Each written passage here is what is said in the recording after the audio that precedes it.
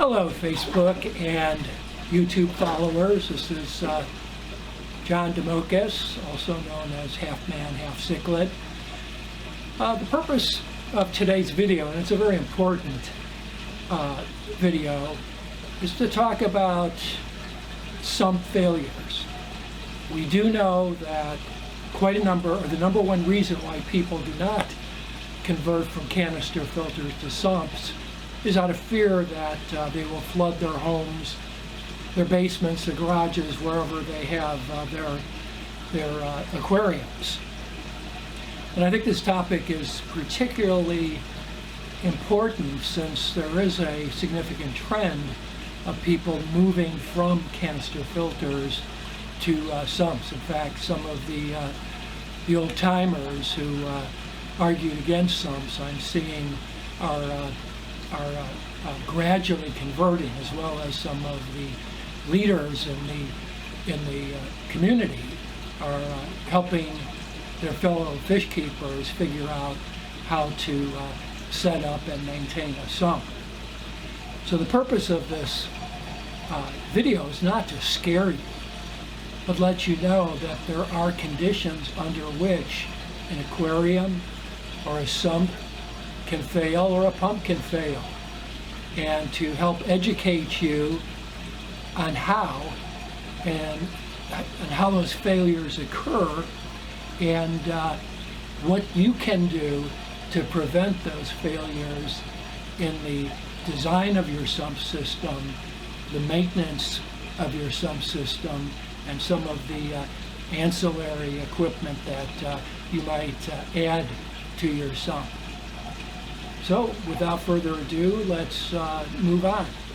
Just a moment, I'm going to take a moment to talk about my experience with sumps. I'm sitting in front of my 340-gallon grow-out tank, which is my initial experience with the sump. But I'm going to go through with you the general situations that arise that can cause a flood, and what the root cause is and how to prevent them.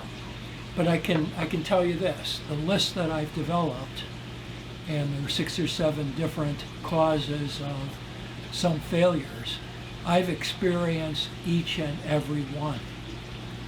A little more background on my sumps. I've designed them, installed them myself, so I may have been a little more prone to something going wrong because I didn't buy an off-the-shelf unit. I prefer custom sumps.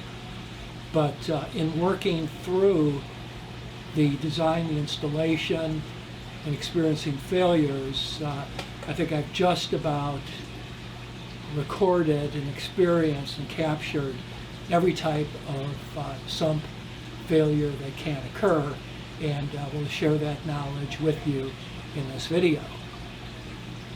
So just a quick introduction to the sumps that I've built, where I got my feet wet, so to speak, and was able to learn about the different areas that can fail in a sump. This again is my 340-gallon grow-out, African cichlid grow-out tank, which you saw in the last video, and underneath I have a 65-gallon sump. Now the purpose of this video isn't to go through how this thing is set up necessarily, since the focus of the video is going to be on what can go wrong that will cause a failure, being it a flood or an electric pump that burns out, among other things that can happen. The next sump is the sump that many of you have seen on my YouTube channel. It supports my 500-gallon large African cichlid aquarium. This particular sump is 110 gallons in size. Water flows through at about 4,000 gallons per hour. So when I say I've had sump failures, it's based on the years of experience with this sump, which I've had installed for about 2 years, and the previous sump, which I've had installed for 5 years, the one that's on the 340 gallon aquarium. The first type of failure of a sump, which results in a flood, is when your overflow weir, overflow box, they have various names, experiences a power outage. When the power goes out, no water is being returned from the sump to the aquarium, and as a result, the water in your aquarium, the water level, the top water level will drain down to the bottom of the openings in your weir. You can see the weir here pulling the water out of the aquarium.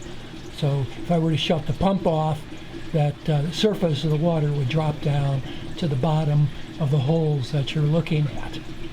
Now when that happens, the power outage, and that water drains from your aquarium down to your sump, it will flood the sump if the headspace in your sump, when I refer to as headspace, is the amount of space that isn't occupied by water normally. If that headspace is less than the amount of water that drains from your aquarium during a power outage, the water will overflow. So in the design phase of a sump, you've got to make sure that that headspace accommodates at least the amount of water that will drain from the aquarium through the weirs and down into the sump during a power failure. Okay, the next source of a sump failure is where the chamber media clogs and we get an overflow from the sump.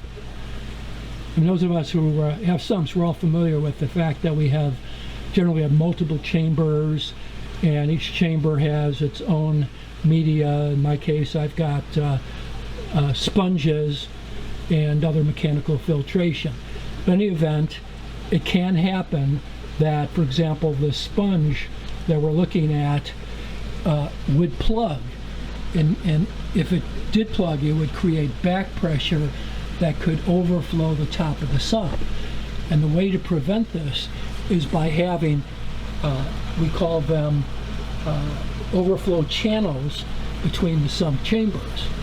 So if the media, in this case the foam, were to plug and the water were to rise, instead of the water coming out over the top and onto the floor, the water would flow through those channels and into the next chamber. And it just so happens I have these overflow chambers in all areas of the pump, of the sump, where this type of failure could occur.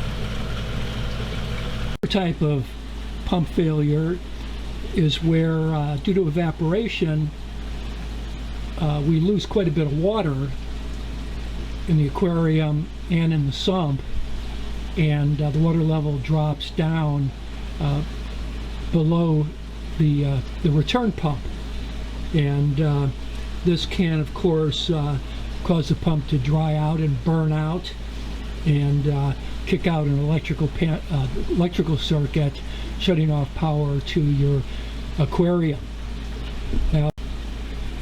Now the way to address it is having a automatic top-off system.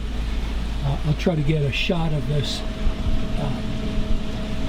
with the camera, but it's in essence a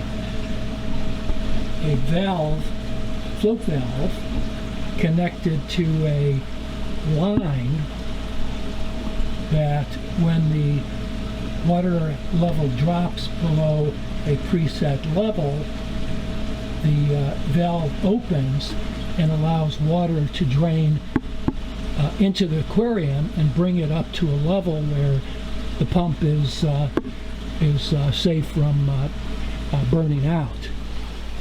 Now I'm going to back up a little and show you the other important component of the system, which is a reservoir. You can see what I have here is I think this is a 15-gallon reservoir, and what this does is it feeds the automatic top off.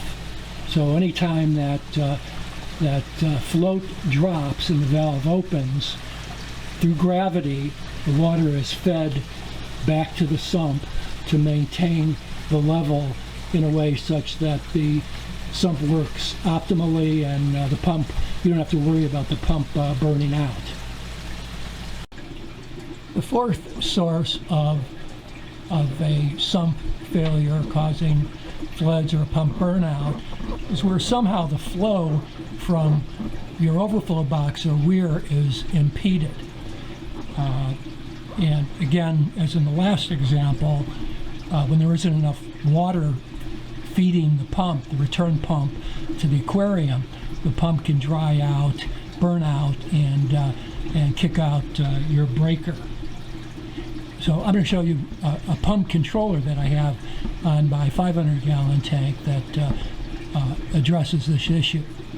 This is on this vertical piece of pipe, PVC pipe. It's a electrical pump controller, and I'll show you a diagram and where to buy this thing. But anyway, what happens is if the water level drops below the second electrode, if you see those two black things, those two black things that are attached to the PVC pipe, each one has a metal tip, and when the water drops to a level that's at or below the metal tip on the lower electrode, it will automatically turn the pump off. And then when the water returns to the sump, the pump will automatically be turned back on. So again, this will keep your pump from running dry, burning out, and or worse, shutting off all your electrical components to your aquarium. Here's a shot of the pump controller I bought off of Amazon. It's very simple, and I'd suggest you consider it. Another option you can add to your sump, if you want to be ultra conservative, is a overflow line. You can see here there's a piece of tubing that's attached to a bulkhead at the top of the return chamber. And what this is for is if the sump were to flood, the water would run out through the hose into some type of drain. In my case, I don't have a drain, but instead I have like a 30-gallon plastic tote next to the aquarium where, you know, again, if the water did reach that critically high level, it would overflow and end up in the tote as opposed to on the floor. But if you have a drain, you can run that hose to it or through a wall or something. That would work too. This shouldn't be necessary, but in my case, with multiple sumps and multiple years, I have become ultra conservative.